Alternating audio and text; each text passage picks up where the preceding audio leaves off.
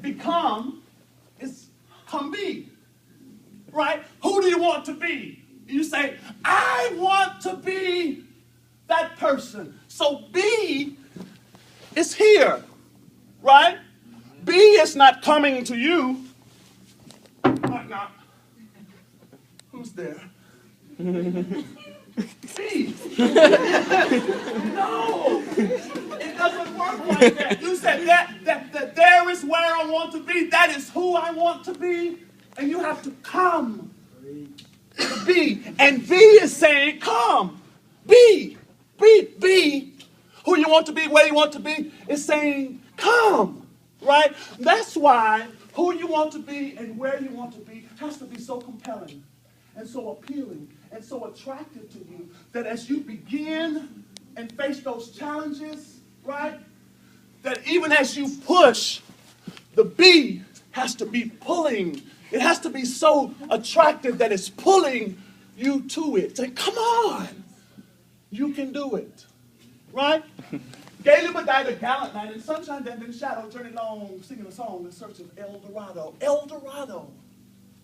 That's where you want to be. All of us have an El Dorado, right? Mm-hmm. Each of us have a place and a person who we want to come to be. But there are some challenges along the journey. And when you get started, you're like, ah! And your friends will be like, what in the world is going on with you? You're like, I'm going to El Dorado! Right? And you get on Twitter right quick, you change your status on Facebook, I'm going to El Dorado! And if you're so inclined, you get in your little prayer groups, and they pray for you, you stand in the middle, and they pray for you and say, oh, yeah, help her get to El Dorado. And so it's very, very exciting. Right? And so here you go. Right? Because you think you're going to walk? This gallant night, it was a desert. Right? So you don't walk in a desert, you ride a camel. So, right? Guess what happens? Listen. Guess what happens along the way? Challenges and trouble, right? You can't stick it in the microwave and ding, it comes out, right? Why? Because it's so compelling and so powerful and so attractive that it's not right here, so that you take one step and you're here. It is further in the future, predetermined destination, preferable future, right? And so it is over yonder somewhere. And even though you are excited and very enthusiastic about getting there, because it doesn't happen immediately, sometimes your enthusiasm begins to wane. Your excitement dissipates. And you wonder, is it worth going on? And you look back and, that's the start line. And I've come so far, I can't turn back now. But the finish line seems so far ahead. This is called the middle area, right? And you can't work the middle if your confidence is too little, if your faith is too little, if your belief is too little, if the attraction is too little. So it is in this period. This is like hump day, right? If you can get over the hump, you're well on your way to the weekend, to where you want to be, right? So what happens? What happens in all of our lives? This is what I believe for my life. This is what I believe for my life. You don't have to believe it for yours. I suggest that you believe it for yours because it comes in handy. I believe that people are strategically placed along my life's path. That when I need something the most, there they are. And because I believe that, because they are strategically placed along my life's path, and when I need it the most, they are there to give it to me. Because I believe that, I don't quit. I don't give up because I know when I need it the most, somebody is there. All I have to do is to get there. All I have to do is arrive at the place. Gaily but died a gallant night, in sunshine and in shadow, journeyed long, singing a song in search of El Dorado. But he grew old as night, so bold and over his heart a shadow. Fell as he found no spot of ground that looked like El Dorado. And as his strength failed him at length, He met a pilgrim shadow, right? The shadow was there. But if the knight would have quit here, he would not have received the instruction. If he would have quit here, he would not have received the instruction. If he would have quit here, he would not have received what he needed was instruction.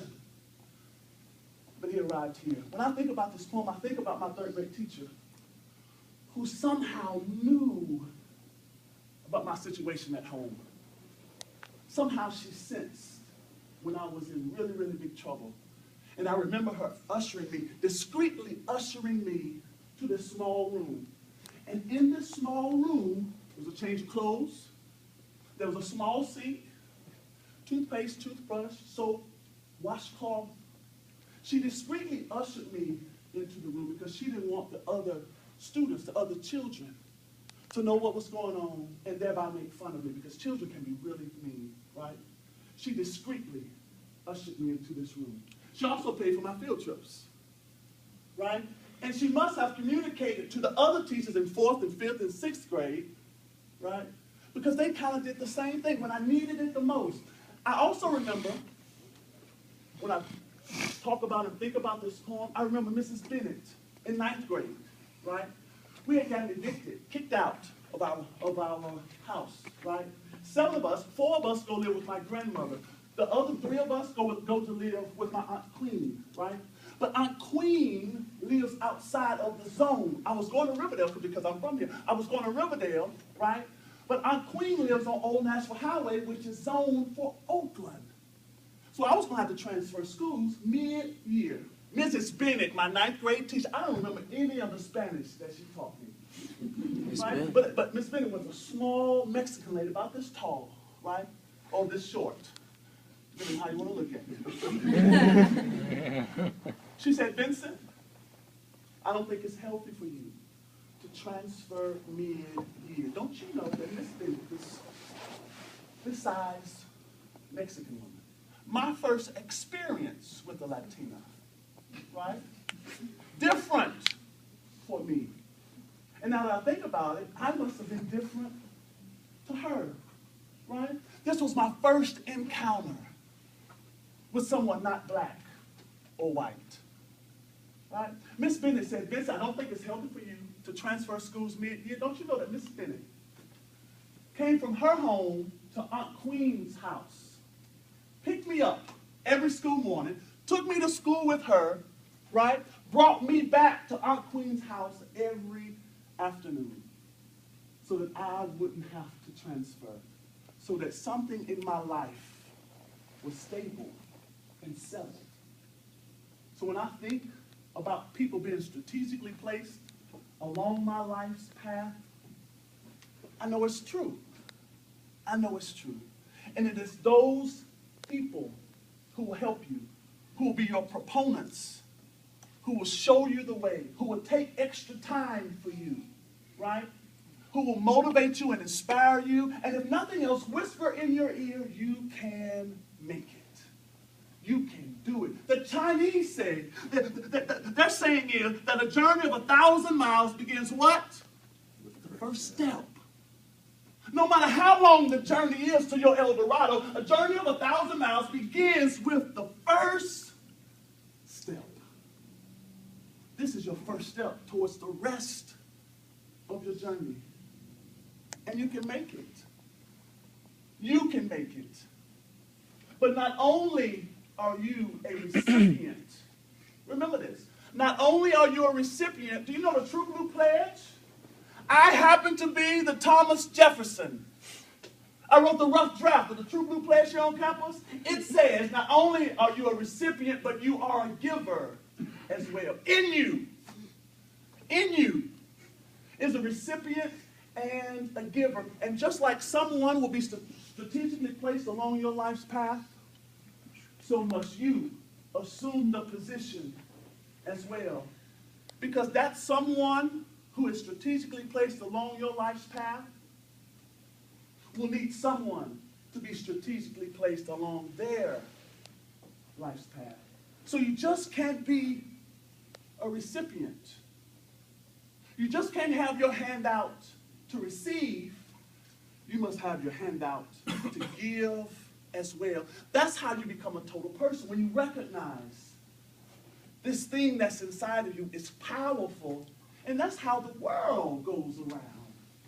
That we be not selfish or self-centered. You have been given a wonderful opportunity for an incredible first step. Don't squander.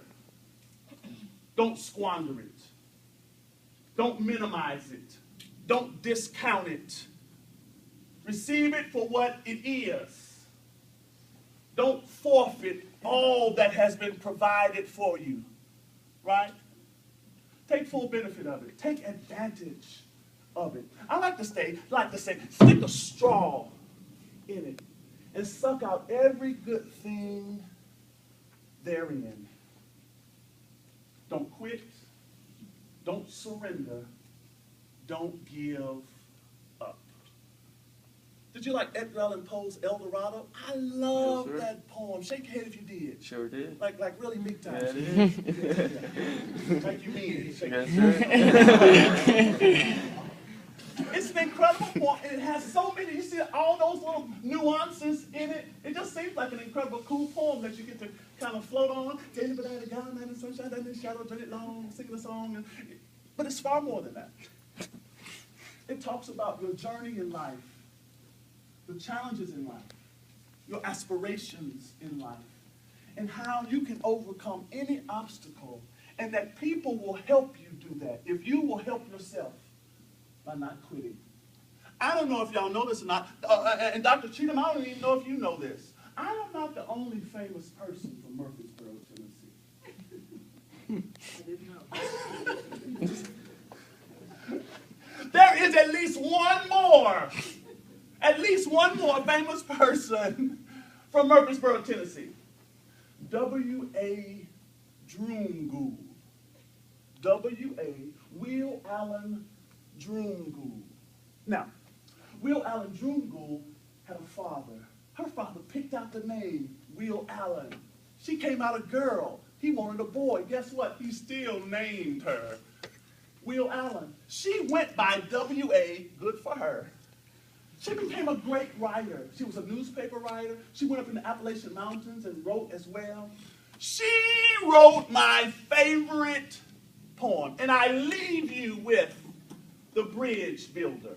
An old man going a lone highway came at the evening cold and gray to a chasm, vast and wide and steep, with waters rolling cold and deep.